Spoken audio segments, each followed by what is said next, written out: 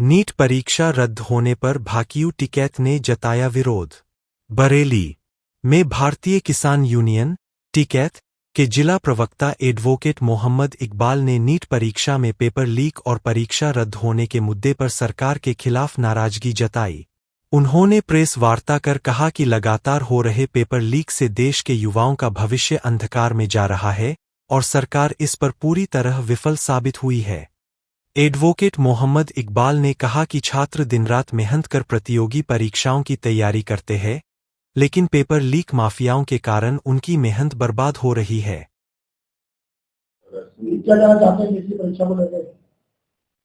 ये नीट की परीक्षा का जो पेपर आउट हुआ है, इसके अलावा तमाम परीक्षाओं के पेपर आउट होते हैं। जो उन बच्चों ने बहुत मेहनत की है उनके साथ उनका बहुत बड़ा नुकसान हुआ है, और जो बच्चे का आखिरी अटेम्प्ट है अगर आयु के हिसाब से, तो उसका तो जीवन ही बर्बाद हो जाएगा, सपने चूर चूर हो जाएंगे। और ये पेपर आउट की समस्या आज से नहीं है, हमेशा से हर कंपटीशन में पेपर आउट होते चले आते हैं। इस पे सरकार, केंद्र सरकार, उत्तर प्रदेश सरकार गंभीरता से गौर करे और ऐसी व्यवस्था करे कि किसी भी दशा में पेपर आउट हो ही ना। पेपर आउट होने की प्रथा जो है शुरुआत निचले स्तर से आती है, बुनियाद कमजोर है।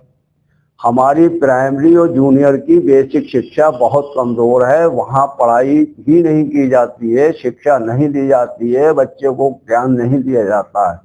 अब प्राइमरी स्कूल जो बेसिक शिक्षा है वो दोहरी चल रही है हमारे पूरे देश में। एक तो सरकारी स्कूल चल रहे हैं और दूसरे जो है इंग्लिश मीडियम के चल रहे हैं। तो जो सरकारी स्कूल के टीचर्स हैं वो अपने बच्चे इंग्लिश मीडियम में पढ़ाते हैं, जो नेता और मंत्री हैं वो अपने बच्चे इंग्लिश मीडियम में पढ़ाते हैं। और सरकारी स्कूल का बच्चे की शिक्षा ना होने के कारण, जबकि वहाँ के टीचर्स काफी पढ़े लिखे भी होते हैं और मोटा वेतन भी लेते हैं, फिर भी शिक्षा सही नहीं मिल पाती है। अंग्रेजी स्कूल का बच्चा प्राइवेट स्कूल है वो 10,000, 12,000, 15,000 लेते हैं और वो 4 घंटे 3 घंटे खड़े होकर बच्चा को शिक्षा देते हैं। तो अब प्राइमरी स्कूल में बच्चे ने शिक्षा ही नहीं ग्रहण की, उसे ज्ञान नहीं, नॉलेज नहीं।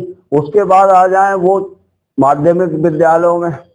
माध्यमिक विद्यालयों में पिछले इस सरकार से पहले की सरकारों में सामूहिक नकल हुई, अटैचमेंट का खेल चलता रहा, अवैध कक्षा, अवैध स्कूल बिना मान्यता के चलते रहे।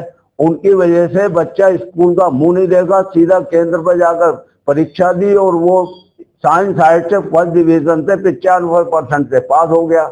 उसके बाद जब वो बरेली कॉलेज या यूनिवर्सिटी में प्रवेश पाता है तो उसने जब पहले पढ़ाई नहीं, कक्षा का मुंह नहीं देखा, क्लास में बैठा नहीं, तो वो भैया यहाँ भी नहीं बैठेगा, साल भर यहाँ भी हुड़दंग करता है, शॉर्टकट से निकलना चाहता है। अब उसने यहाँ से भी एमएससी कर ली या बीएससी कर ली या बीए कर लिया, या किसी कंपटीशन में जब बैठना चाह रहा है तो वहां भी शॉर्टकट तरीका अपनाया जाता है। उसी शॉर्टकट तरीके का एक भाग, एक अंग जो है ये पेपर आउट होना, साल भर बिठाना, ये समस्याएं हैं। तो सरकार नीचे स्तर से जो है वहां से गौर करे, प्राइवेट स्कूलों में कायदे में, बल्कि प्राइमरी स्कूलों में मंत्रियों के बच्चे जाएं, प्राइमरी स्कूलों में, सरकारी स्कूलों में विधायकों के बच्चे जाएं, हर आईएएस आईपीएस का बच्चा वहां जाके पढ़े और वहां के शिक्षक भी सही पढ़ाएं, मेहनत करें और शिक्षकों को मान सम्मान दिया जाए। आज हमारे देश में जो भ्रष्टाचार है, जो बहुत पढ़े लिखे तो हैं, डिग्री होल्डर तो हैं, उनमें ज्ञान नाम की कोई चीज नहीं है, उसको जो है जो तैयारी करके भेजा है समाज में, हमारे शिक्षकों ने भेजा है।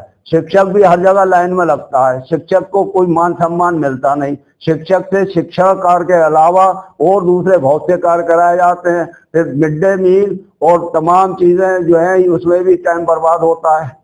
तो बच्चे को कॉपी किताब, मिड डे मील जो भी दिया जाए वो उसके माँ बाप के खाते में डाल दिया जाए कि इतने रुपए इस बच्चे को हम दे रहे हैं, बाकी और शिक्षकों से केवल शिक्षा का काम कराया जाए और जब सम्मान मिलेगा अलग से गुरु को तो वो करेगा, वरना गैस की लाइन में बेचारा वो भी लगे। बैंक की लाइन में अलग अलग है। कोई कहीं कहता है परिचय दे रहा है शिक्षक है तो उसको कोई सम्मान नहीं दिया जा रहा है। पुराने के जमाने में शिक्षक को बहुत सम्मान दिया जाता था। तो शिक्षक को कितना ही वेतन दे दें, जब तक उसकी भावना नहीं है कि मुझे बच्चे को शिक्षा देकर एक ईमानदार अच्छा अधिकारी बनाना है, अगर देश में सुधार लाना है, देश में परिवर्तन करना है, देश में अच्छा माहौल बनाना है, तो शिक्षा ही एक माध्यम है। शिक्षा में सुधार कर ले, नीचे से ऊपर तक पूरा देश तरक्की करेगा, पूरा देश सुधर जाएगा। मैं आप सबसे यही अपनी बात समाप्त कर रहा हूँ। मुझसे कोई गलती हो उसकी माफी भी चाह रहा हूँ। जय हिंद, जय भारत।